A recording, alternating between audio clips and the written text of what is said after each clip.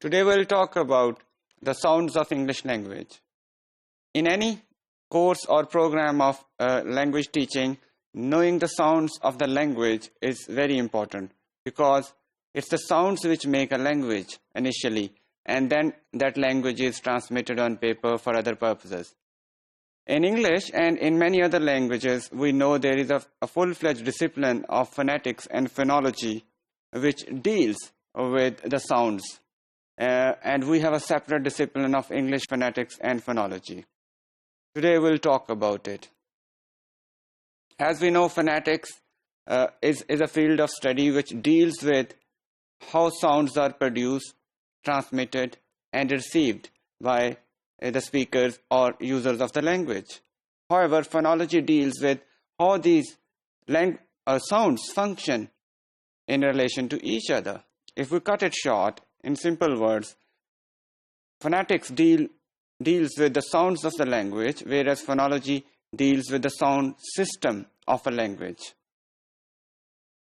Or in other words, phonetics is a descriptive tool which is necessary to be known in order to know or work with the phonology of a language.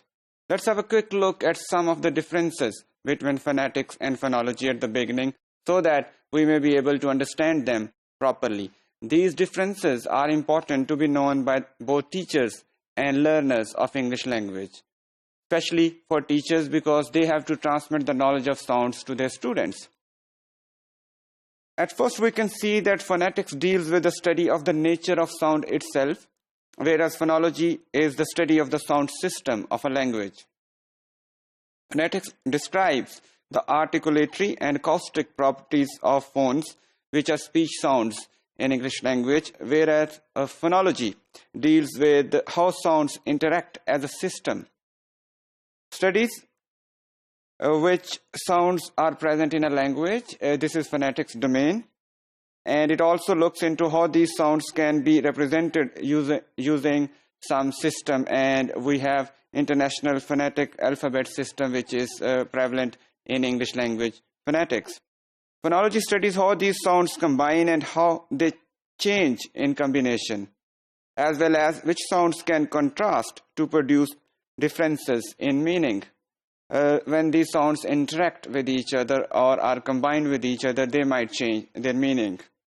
Phonetics also deals with how the vocal tract, the articulatory part of human body, apparatus modifies to produce recognizable speech sounds, whereas phonology deals with how we can describe all languages' sounds in terms of smaller components called distinctive features. Phonetics studies how articulation of individual sounds varies according to dialect or other factors, social factors, whereas phonology studies how syllabification and other phenomena affect the articulation of sounds.